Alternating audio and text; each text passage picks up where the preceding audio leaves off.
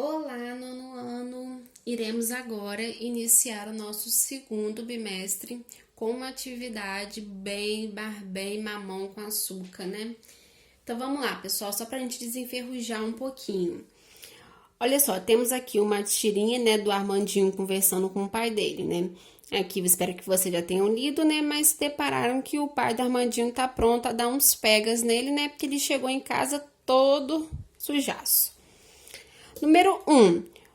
Que aparência de Armandinho, que é a aparência de Armandinho e de seu animal de estimação, o sapinho, né?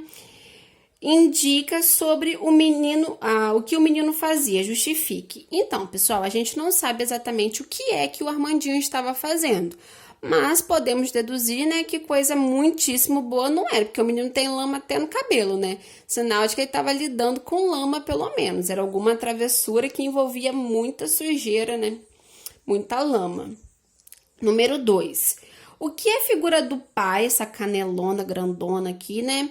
E da mãe ou outro responsável representa em questão a organização, ordenação familiar. Então, pessoal, o pai ou a mãe ou os avós, enfim, qualquer pessoa, né, que seja responsável por você, né, representa a pessoa que deve te dar direcionamento, que deve te dar limites, que deve ensinar os seus valores, que deve ensinar você, né, que nem tudo que porque é certo, porque pode, convém, que nem tudo nós devemos fazer, que algumas atitudes podem magoar o próximo e que a gente não deve fazer uma série de coisas, né, porque ou não é legal, porque é perigoso, porque pode, né, vir a machucar, a incomodar o próximo.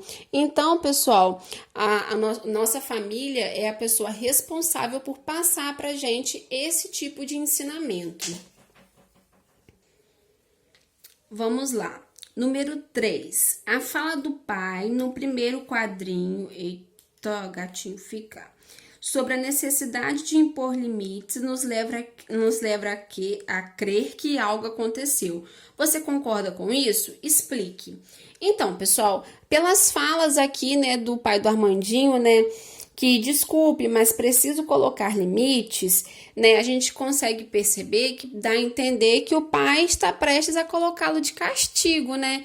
E aí, você acha que você também entendeu isso, né? Que o pai está prestes a colocá-lo de castigo? Você acha que isso é ok? Realmente é o que deveria acontecer? Número 4.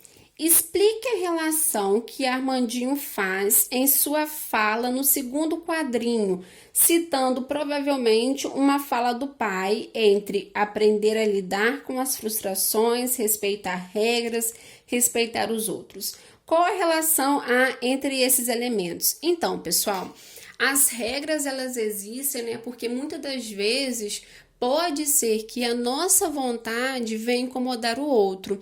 E a gente precisa ter essa concepção, né, de que algumas coisas, por mais que queiramos e às vezes por mais até que sejam possíveis, a gente não deve fazer em razão do outro. Ok? Então, por mais que tenhamos uma pequena frustração, a gente tem que entender que aquele momento é necessário para que não incomodemos o outro.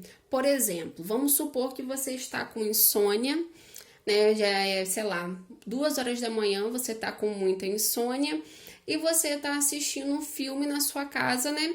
Que tá muito bom aquele filme lá, né? O último filme dos Vingadores, cheio de emoção e tal. E você tem o home theater, por exemplo, né? Você vai lá e liga o seu home theater, coloca lá no máximo o volume, você tá lá empolgadíssimo porque você está com insônia. Então, para você aquilo ali tá sendo o máximo. Mas, então, você está incomodando várias pessoas. Repare que você tem insônia, você tem a televisão para assistir o filme, você tem um home theater que vai te possibilitar uma experiência ainda melhor com esse filme, mas tudo isso é às 2 horas da manhã. Tudo isso você pode fazer, mas nada disso é um direito seu fazer, né? Porque você pode incomodar o outro. Então, repare que, às vezes, por mais que seja possível fazer algo, você não deve em razão do outro. E por isso que as regras existem, para que você não se sinta prejudicado ficado incomodado em razão da vontade do outro. Porque por mais que naquele dia, né, você tivesse com insônia, pode ser que amanhã ou depois você quisesse dormir antes de uma prova muito importante, e aí seria o vizinho colocando uma música super alta que iria te incomodar, né? Vamos lá. Número 5. Explique a segunda fala do Armandinho no último quadrinho e não virar um adulto mimado, egoísta e birrento. Quem se tornará um adulto com essas características e por quê?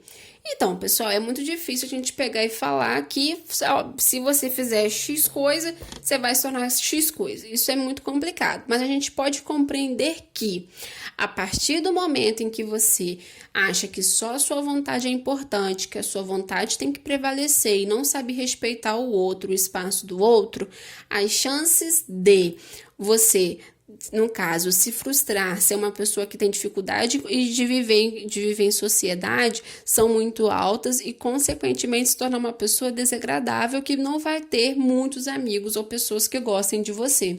Por isso que desde cedo é muito importante que a gente saiba lidar com o não, saiba lidar com a resposta desfavorável, né? Saiba lidar com o que o outro não quer, com o não poder.